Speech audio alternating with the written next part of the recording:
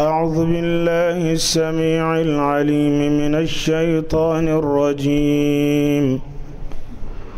قل إنما أنذركم بالوحي ولا يسمع الصم الدعاء إذا ما ينذرون ولئن مستهم نفحة من عذاب ربك ليقولن يا ويلنا إنا كنا ظالمين ونضع الموازين القسط ليوم القيامة فلا تظلم نفس شيئا وإن كان مثقال حبة من خردل أتينا بها وكفى بنا حاسبين ولقد آتينا موسى وهارون الفرقان وضياء وذكرا للمتقين الذين يخشون ربهم بالغيب وهم من الساعة مشفقون وهذا ذكر مبارك أنزلناه أفأنتم له منكرون. بارك الله فيكم.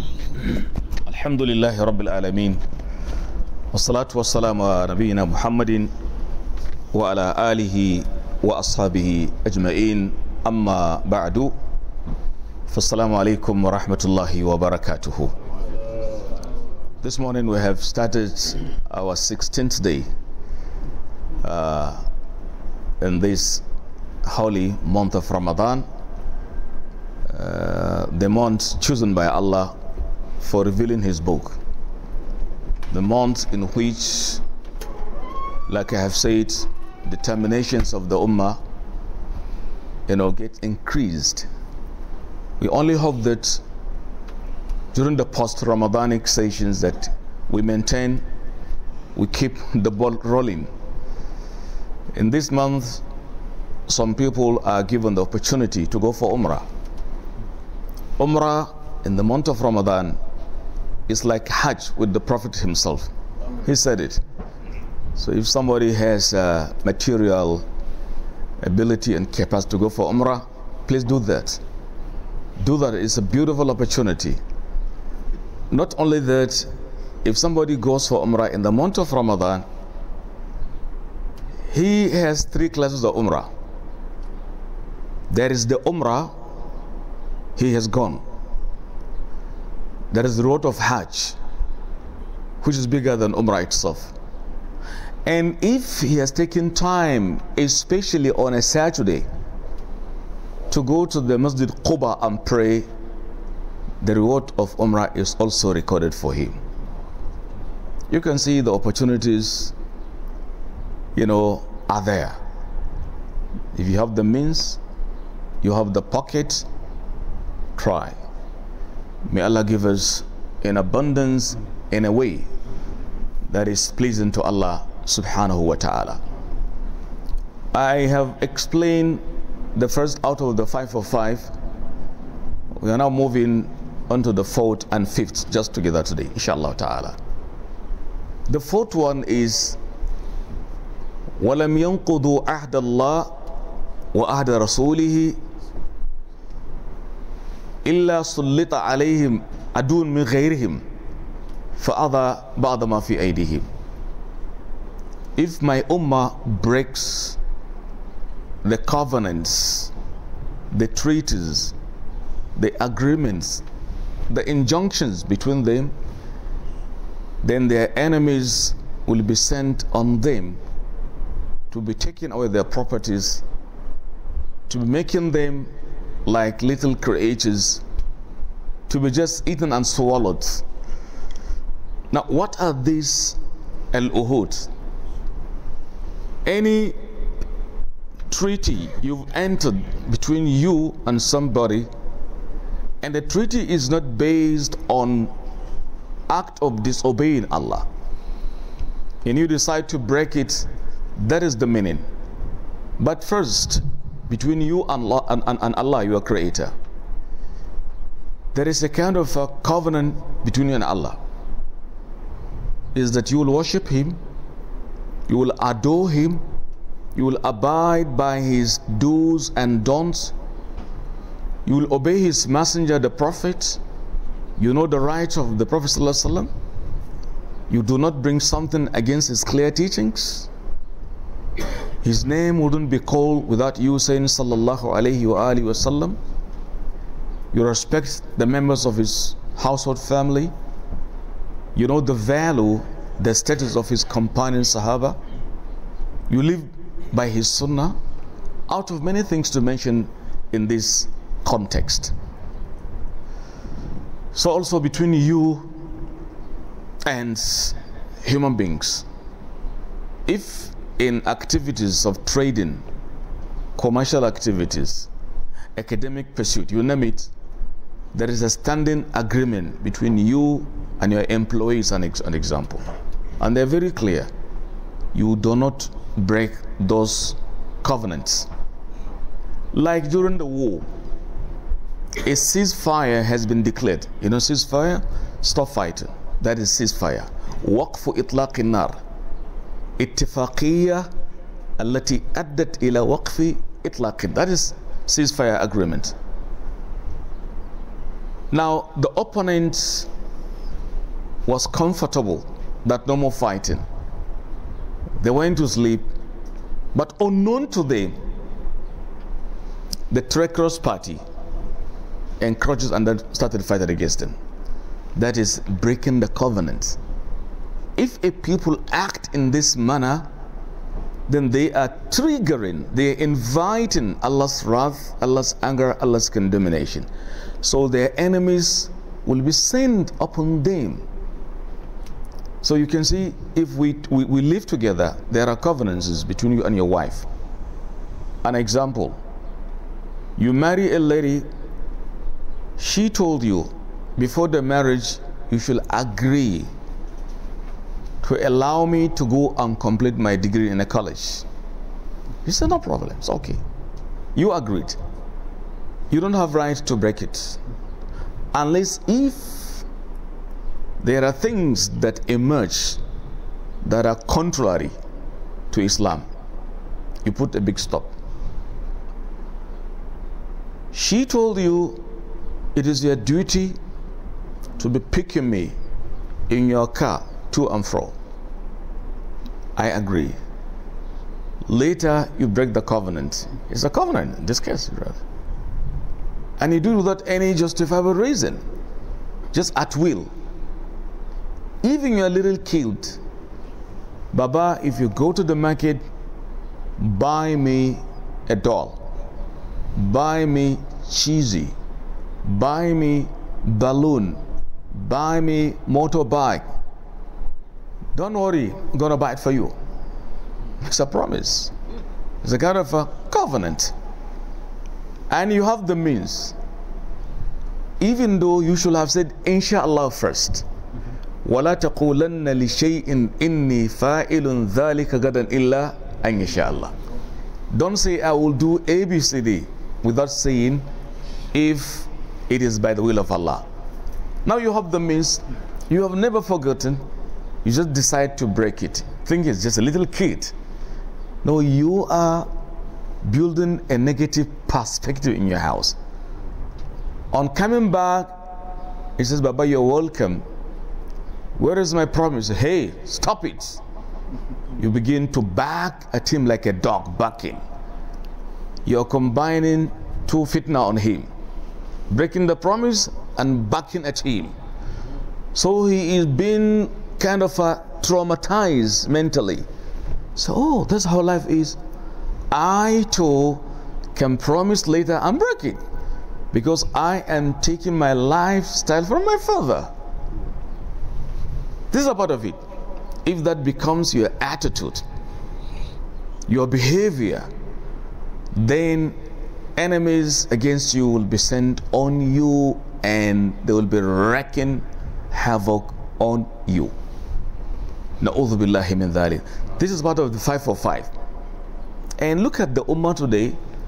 Do we really keep our promises? Simple thing, if something is slated for 10 o'clock, we tend to come late. We have one negative syndrome, the so-called African time. Is there anything called African time? I don't like it. I hate it. So are Africans irresponsible? A'udhu billahi min shaitan. I tell you, oh, look at this guy. He keeps the time like a European. Imagine.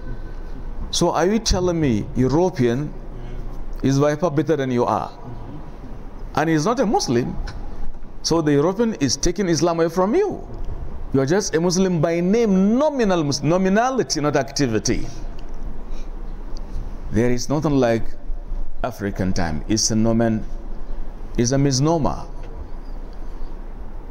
It's a nomenclatural aberration. It is a misnomer. Keep the time. But some people feel it's part of being fashionable. Like a president, a governor, those around him, Your Excellency, don't come there on time. Allow the place to be jam-packed with people. And then you drive your car coming. People say, oh, he is coming there. It is Satan, Your Excellency. And I don't see anything excellent in Your Excellency. If this is the behavior, so try to keep the time. Time is part of your life. Allah swears by the time. Wal asr innal insana lafi khusr. It's part of it. Keep the time. It's very important.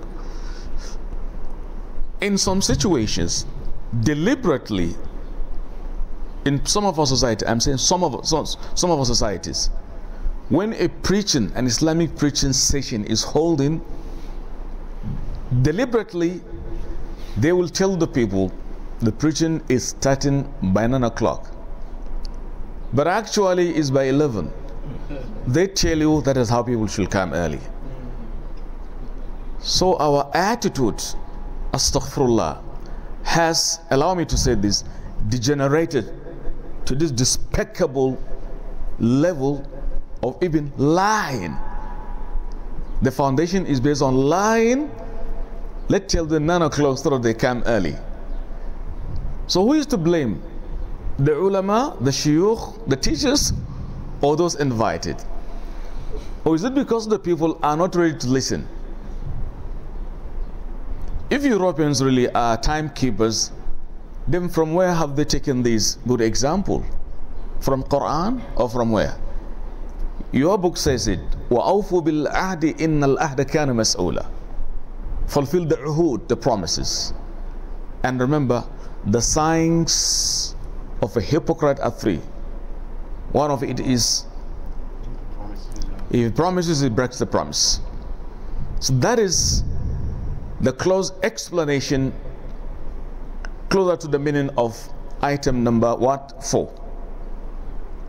Number 5, finally, وَمَا لَمْ تَحْكُمْ أَئِمَّتُهُمْ بِكِتَابِ اللَّهِ وَيَتَخَيَّرُوا مِمَّا أَنزَلَ اللَّهِ إِلَّا جَعَلَ اللَّهُ بَأْسَهُمْ بَيْنَهُمْ. If their leaders, their imams, those in charge and authority amongst them, refuse to implement Allah's injunction, they prefer man-made laws above Allah's, and people are only desirous of taking what suits their whims and caprices, then clashes amongst them will definitely ensue. These are the 5 for 5 that we have been explaining for at least 3 or 4 days back. Today I have combined 2 together. We ask Allah the Almighty to make us among those who hear good words and have the ability to act according to the dictates of those good words. Departing from that, I will just conclude the majlis this morning on some few hadith. Hadith number 1 talks about table manner. The hadith is in Sahih al-Bukhari and Muslim, the hadith of Ibn Abbas. radiallahu anhu, in which the Prophet sallallahu alayhi wa alihi wasallam says, إذا أكل أحدكم طعاما فلا يمسح يده حتى يلأقها أو يلأقها. If one of you has finished eating, he shouldn't just go and wash his hands and fingers until he has sucked the fingers. Or let somebody suck it for him. This is something very important. We call it table manner. But how many of us preserve this beautiful teaching? Listen, إذا أكل أحدكم طعاما فلا يمسح يده حتى يلأقها أو يلأقها. If one of you has eaten, let him not wash his fingers or cleanse them with towel or tissue until after sucking. Somebody tells you, are you a dirty guy? It's part of civilization. Don't suck it. It's civilization. It is retrogress, not progress. The Prophet is teaching you the highest, the pinnacle of civilizational realities, and you're opting for something else because you are smart. This is prophetic, that one is satanic. Choose between the two. It's part of the 5 of 5, Allah's covenant. So why don't we teach our kid this? Al-Imam al-Nawawi says, the meaning of let him suck it or be sucked for him. To suck the fingers, I can do that. But to be sucked for you, who is going to do that for you? Why? Your wife, if you have one. After eating, tell her, darling, suck it for me. But you don't have wife. Miskin min al masakin. What will you do? Allahu Akbar. I ask Allah to give the youngsters chances to get married. Boys and girls. Oh Allah, make it easy, inshallah ta'ala. So he says, إذا أكل أحدكم طعاما فلا يمسح يده حتى يلأقها أو يلأقها. Suck the hand and then wash it. First, you mention Allah's name, eat with the right hand, eat nearest part of it, and don't eat very hot, allow it to come a bit, and then don't take the second morsel, piece of food, until the first one has already been swallowed and chewed properly. Islamic way. And don't overeat. If you overeat, that is going to reflect negatively in your health, definitely. So after finishing, thank Allah for that, and then suck it and then wash. Look at the stages taught. But somebody feels now, some Muslims don't even do it, especially if he is in the company of non-Muslims and he wants to impress them that he is wise. He wouldn't like to implement Islamic teachings for him not to be looked down upon as local, highly localized guy. Look, try and make them know you have a value, you have a religion, you have a civilization, you have a constitution regulating your activities. If they talk, tell them, that is my religion. What about yours? Lakum dinukum waliya din. But unfortunately, some young men and women today, in the name of trying to show that they are civilized, they want to place the gallery. They leave what their deen says. They ended up neither good Muslims nor belonging to the second part. The second part does not even consider them. So neither here, neither there. La ilaha illallah. That is negative. Just like you see a girl, for example, I'm saying this as an example, you see some of our girls in our campuses, in our universities. Some feel going to university in our places, some, I'm not saying all, I'm not generalizing, going to a university, a campus, is a license for them to dress shabbily, un-Islamically, as non-Muslims, because the other girls who are non-Muslims are like that. She wants to impress them. Don't forget, Satan is also catapulting her. Two enemies against her: ignorance, bad company, lack of, and Satan, the greatest enemy. She is lacking in Islamic knowledge, civilization, and unfortunately, parenting was also lacking, absence of tarbiyah. So the combination of these evil forces reduced her down. Okay, it happened. I can recall vividly. I was in a lecture session in one of the universities in Nigeria. A girl was shown to me. They said, "Ya Sheikh, that girl has just completed her memorizing of Quran. She has just finished her hifz of Quran. But in full hijab, with niqab, going to the classroom in a campus in the Abuse area in Nigeria, studying microbiology with memorization, full hijab, to tell you, her hijab does not stop her from becoming Hafidha. No, stop her from speaking the English you feel is something. You feel is something. You feel, we feel, they feel. You have the English, no good spoken Arabic, no good Fatiha with you. You claim to be educated. I am saying these things occur in our societies. That is hadith number one. The second hadith talks about the evil of rumor mongering, idle talks, backbiting, peddling rumors, negative utterances to cause ill feelings amongst the ummah. The hadith similarly is in Bukhari and Muslim muttafaqun alayh, the hadith of Huzaifa ibn Yaman. The Prophet says, sallallahu alaihi wasallam, "La yadkhulul jannata qattatun."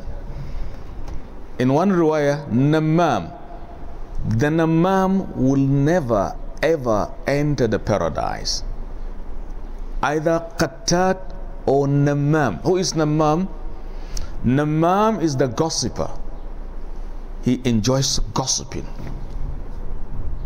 Wherever he sits, he gossips. He backbites. He lies. He peddles rumor. That is his enjoyment. If he leaves the society, people are speaking something good, he leaves the area because his own stuff is not there. He goes to the like minds. This one cannot enter the paradise. If at the end of this life, paradise is denied to you, what have you gotten? You have lost everything.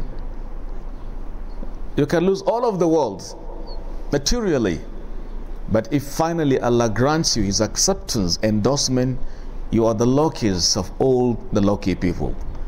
May Allah grant upon us His luckies. وَمَا ذَلِكَ عَلَى اللَّهِ بِعَزِيزٍ. Hadith number 3. This hadith talks about the beauty, the importance of seeking for knowledge. It is also in Bukhari and Muslim. The hadith of Umayyah, hadith of, it says, من إلا بخير يفقه في الدين من يريد الله به خيرا يفقه في الدين. That is of Muawiyah. Listen to the hadith. من يريد الله به خيرا يفقه في الدين. Bukhari and Muslim muttafaqun alayh. Whoever Allah means well for him, whoever that Allah desires for him something best, He didn't say Allah will give him money or political power or material ascendancy, but He causes him to be knowledgeable in the matters of the deen. He knows answers to the most difficult aspect of the deen. It tells you about the beauty of acquiring knowledge, seeking for it. So I keep on emphasizing, people living in the West here, some, if not all, have ample opportunities. You have comparatively stable educational system. When I say stable, it's not punctuated by incessant actions, strikes, and the like, disrupting semester calendars, skipping. You see a young man, a girl in the school wanting to graduate within 4 years, keep on jumping up to about 7 years. Unnecessarily. They were denying the opportunity of going for the postgraduate studies, for example. Here I can say, and other places as well, you have these opportunities. So go and widen the scope of your learning. Go and register. Study. Make your aql big. Expand your CV. Is very important. An opportunity, they say, once lost cannot be regained. We need medical doctors among the Muslim society, don't we? Don't we? We need them. Nurses, midwifery. Here in America, for example, here in Bronx area of New York, how many Muslim medical doctors can you boast of? Out of 10, how many do we have? Similarly, what about engineers? Muslims, I mean. Don't tell me, no, we are here, strangers. This is your land. A Muslim, wherever he is, use opportunity there. Don't say, I'm a stranger, I'm going back tomorrow. You're not going back tomorrow for over 40 years here? 30 years? With kids and grandkids? Tomorrow I'm going. Tomorrow. They call it procrastination. Is the thief of time. Wherever Allah keeps you, that is your land. Don't forget your origin. Combine the two. Utilize here beautifully and keep constant remembrance back home. And have a plan. Maybe at the age of 70, 60, I'm going back home. Have the plan. Acquire the citizenship. Very beautiful. You can go and come back. But don't forget the home base. And don't say, no, I'm not here. You're here. You're still not here. You walk, you eat, you say you're not here. This is a sign of lack of understanding. وَأَرْضُ اللَّهِ وَاسِئَةً. Allah's land is expanse. Okay? It's extended, it's widespread. Utilize it. So seek for knowledge. Especially the one bordering on book of Allah, the sunnah of the Prophet ﷺ, the fiqh of the deen, the seerah of the Prophet ﷺ, the usul, the ulumul ala. You should know these, be vast on all these. And similarly, what you call, I call, they call, we call Western education. To me, there is no education Western. No. No education is Western. Alright? Because each and every education is God-given. It can be Eastern education anyway. Mathematics, philosophies, political science, anthropology, any logic. There is also Islamology and Imanology, if you like it. So you can Islamize everything you learn. Like I have been saying constantly, I have been saying, even the A, B, C, D, you can make it Islamic. Tell your kids, A for Allah, B for Bismillah. Anything bad? C for charity, D for da'wah, E for enlightenment, F for Furqan, G for Ghalaba, H for Hidayah, I for Islam, I for Iman, I for Ihsan. Is that strange? No. Don't be telling kid A for apple. What is apple? It's been eaten away, apple. Islamize even the latest. It's quite possible to create Islamic awareness in the mind of our kids. سبحانك اللهم وبحمدك أشهد أن لا إله إلا أنت أستغفرك وأتوب إليك والسلام عليكم ورحمة الله وبركاته. الأمر في رمضان الميزة في ذلك هي الزيارة للمسجد قباء يكون إلا السبت. هو الأفضل يسأل عن الذهاب وعن الزيارة إذا كان الإنسان في المدينة المنورة زائرا حجا معتمرة، أيها أفضل أن يزور مسجد قباء كل يوم ولا السبت؟ أنا أفضل أن يكون يوم السبت، لأن الحديث نص على ذلك تنصيصا قطعيا.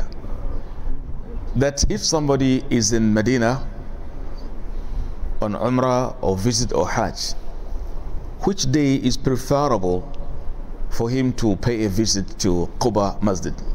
It's on Saturday. The hadith of Ibn Majah, the Prophet ﷺ used to go every Saturday. But that doesn't mean that it is only that, but preferable, more sunnatic. So take birth in the morning, go to Quba. If you like it, just trek.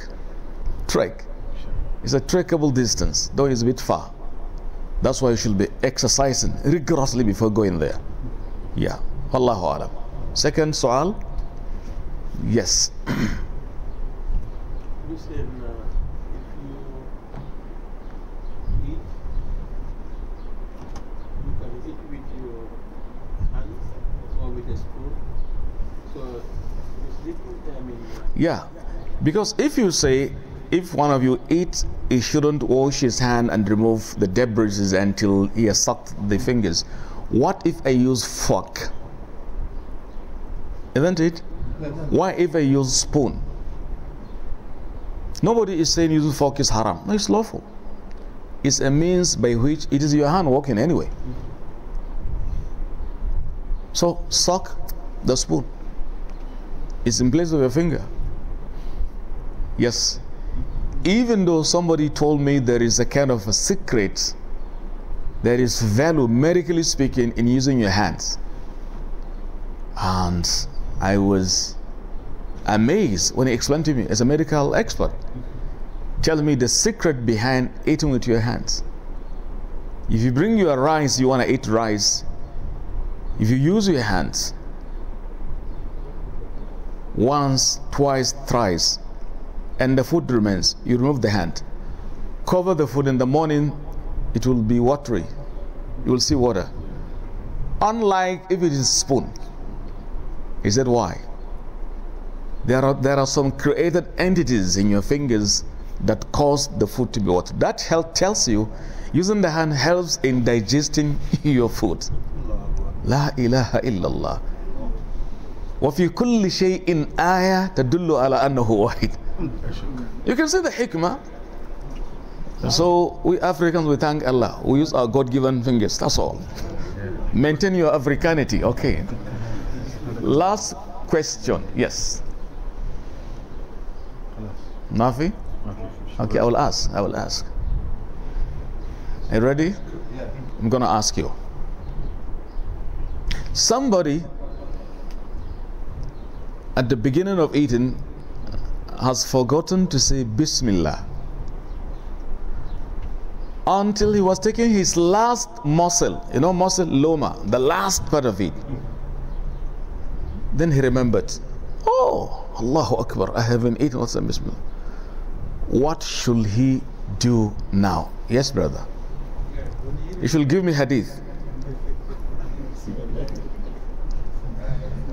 Okay, no problem. Come on.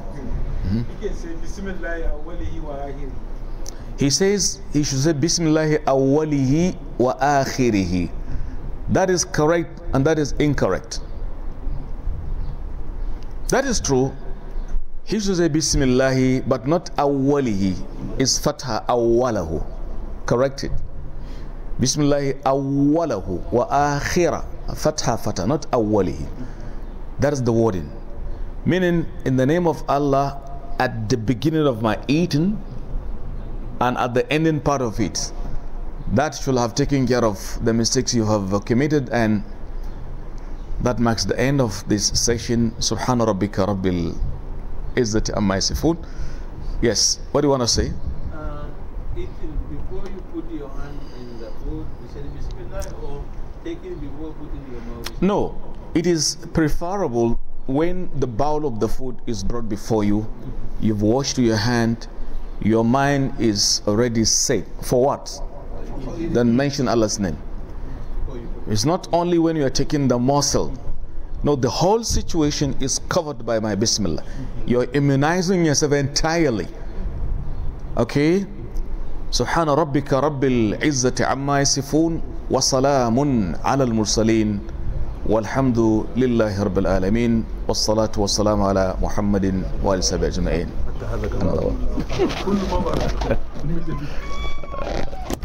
استغفر الله.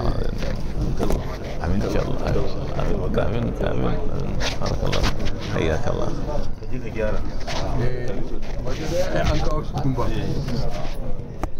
من قبل ذلك جئت به عشان ترى وقد رأيت